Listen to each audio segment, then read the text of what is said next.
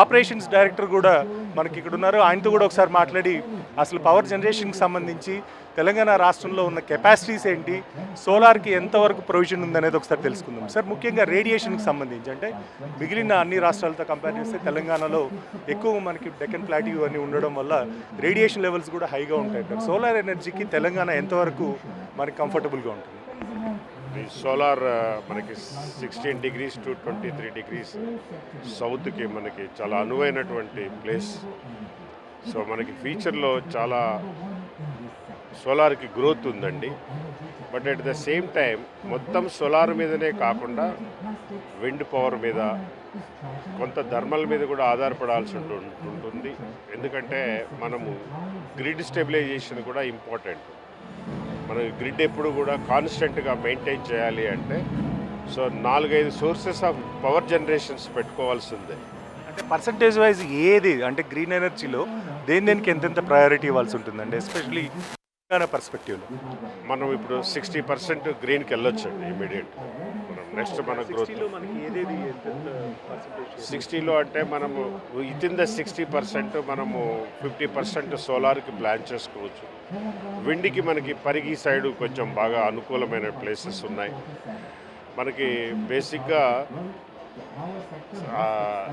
Coastal area కాదు కాబట్టి కొంచెం మనకి విండ్కి కొంచెం అంతగా అనువైనటువంటి ప్లేసెస్ లేవు. బట్ పరిగి ఇలాంటి ప్లేసెస్లో ఉన్నాయి విండ్కి. బట్ సోలార్కి అయితే చాలా ఎక్స్టెన్సివ్గా ఉంది.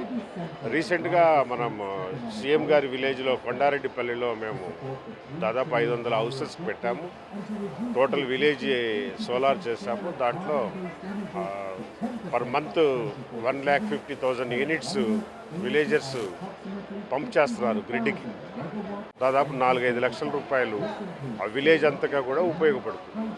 ముఖ్యంగా మనకి మీరు ఎలాగో ఆపరేషన్స్లో ఉన్నారు, జనరల్గా లాసెస్ ఎక్కువగా ఉంటాయి, అంటే మనకి ట్రాన్స్మిషన్ లాసెస్ ఎక్కువగా ఉంటాయి. దీనికి సంబంధించి విదేశాల్లో ఉన్న టెక్నాలజీ కావచ్చు, లేకపోతే దేశీయంగా ఉన్న టెక్నాలజీ కావచ్చు, దీన్ని అడాప్ట్ చేసుకోవడంలో తెలంగాణ రాష్ట్ర ప్రభుత్వం ఎంత ముందుందంట? మనం చాలా అడ్వాన్స్డ్గా ఉన్నామండి. మనకి లాసెస్, ట్రాన్స్మిషన్ లాసెస్ అంతగా లేవు. ట్రాన్స్మిషన్ లాసెస్ మనకు అంతగా లేవు. మనం ఇప్పుడు మొత్తం మోడర్నైజ్డ్కి వెళ్ళిపోతున్నాం. టోటల్గా మోడర్నైజ్డ్కి వెళ్ళిపోతున్నాం. ఇప్పుడు మనం అండర్ గ్రౌండ్ ప్రాజెక్ట్ కూడా టేకప్ చేస్తాం. అది సూన్ ఒక నెక్స్ట్ మంత్ స్టార్ట్ అవుతుంది. సో అప్పుడు లాసెస్ కానివ్వండి, థెఫ్ట్లు కానివ్వండి, ఇలాంటివన్నీ రెడ్యూస్ అయిపోతాయి. సో ఇంటరప్షన్స్ తగ్గిపోతాయి. ఆల్మోస్ట్ మనము వెస్ట్రన్ కంట్రీస్కి వితిన్ 6 to 1 yearలో నియరర్గా వెళ్ళిపోతాం కస్టమర్ సాటిస్ఫాక్షన్ లెవెల్స్. రాబోయే రోజుల్లో మనకి అంటే ప్రస్తుతం మనకి ఎంటైర్ సౌత్ ఇండియాలో ఫస్ట్ కన్జంప్షన్ అంతా అటు తమిళనాడులో కనిపిస్తుంది బికాస్ ఆఫ్ ఇండస్ట్రియల్. వెరస్ రాబోయే రోజుల్లో హైదరాబాదు, ఎస్పెషలీ తెలంగాణ కూడా దీన్ని కంపీట్ చేసే అవకాశాలు చాలా ఎక్కువ ఉన్నాయి. ఎందుకంటే అటు డేటా సెంటర్స్ కావచ్చు, ఆర్టిఫిషియల్ ఇంటెలిజెన్స్ పెరుగుతున్న కొద్దీ ఇక్కడికి వస్తున్న జీసీసీస్ కావచ్చు, వీటన్నిటి వల్ల పవర్ కన్జంప్షన్ విపరీతంగా పెరుగుతుంది. సో దీన్ని అడ్రస్ చేయడానికి ఈ 2047 డాక్యుమెంట్ పూర్తిగా మనకు సపోర్ట్ చేసే అవకాశం ఉంటుందంటారా? ఎస్, 100% అండి. గవర్నమెంట్ తీసుకున్న ఈ 2047 ఇనిషియేటివ్ ఏదైతే ఉందో అది చాలా అప్రిషియేటబుల్ ఇదండి. అది మనకి కావాల్సినటువంటి పవర్ అంతా కూడా 2047కి మనకి ఎంత ప్రొజెక్షన్ అయితే ఉందో అది ఫుల్ఫిల్ అవుతుంది. వచ్చే థర్మల్ పవర్ స్టేషన్స్ కానివ్వండి, సోలార్లో చాలా విపరీతమైనటువంటి ఇంప్రూవ్మెంట్స్ వచ్చాయి. తర్వాత మనకి ఇప్పుడు అగ్రికల్చర్కి కూడా మనం సోలార్ పంప్ సెట్స్కి వాటికి పెడుతున్నాము. So much of development is there. Government has taken power సెక్టర్లో. బట్టి విక్రమార్క గారు వచ్చిన తర్వాత దీనికి ఇంకొంచెం యాడ్ అయింది. ఆయన ఆల్మోస్ట్ ఎవ్రీడే ఈ రివ్యూస్ డెవలప్మెంట్స్ అన్నిటి మీద కూడా. Thank you.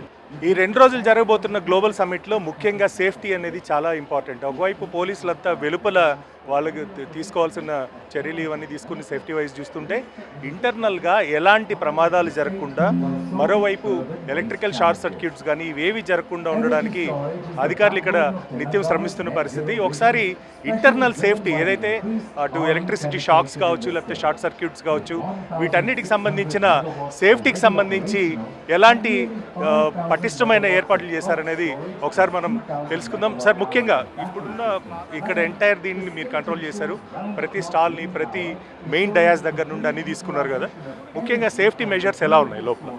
సేఫ్టీ మెజర్స్ అన్ని 100% పర్ఫెక్ట్గా ఉందండి. ప్రతి దగ్గర మా స్టాఫ్ని పెట్టున్నాము. ప్రతి స్టాల్ ఎర్తింగ్ పర్ఫెక్ట్గా చేస్తున్నారా, ఎక్కడైనా లూజ్ కనెక్షన్స్ ఉన్నాయా, అన్నిటినీ ప్రతి కేబుల్ కూడా సరైన సైజ్ వేసారా లేదా, లోడ్ కరెక్ట్గా ఉందా లేదా అన్ని 100% తనిఖీ చేయడం జరిగింది. మా స్టాఫ్ కూడా ప్రతి స్టాల్ దగ్గర ఒక స్టాఫ్ని పెట్టడం జరిగింది. సేఫ్టీలో 100% మన గ్లోబల్ సమ్మిట్ 100% సేఫ్గా అన్నీ చెక్ చేయడం జరిగింది. గ్లోబల్ సమిట్ ఎలాంటి పరిస్థితుల్లో కూడా ఎక్కడ చిన్న చిన్న ఇబ్బందులు కూడా కలిగించే పరిస్థితి లేదు. ఒకవైపు సేఫ్టీ మెజర్స్ విషయంలో కావచ్చు, మరోవైపు ఎలక్ట్రిసిటీ పవర్ సప్లై కావచ్చు, ప్రతి స్టాల్ దగ్గర నుండి ప్రతి చోటకి ఎంతెంత లోడు కెపాసిటీ ఇవన్నీ కూడా ప్రాపర్గా బ్యాలెన్స్ చేసి ఒక నెట్వర్కింగ్ చేసినట్టుగా అధికారులు చెప్తున్నారు. సో 100% సేఫ్ అనే విషయాన్ని మాత్రం మనకి చాలా క్లియర్గా చెప్తున్న పరిస్థితి.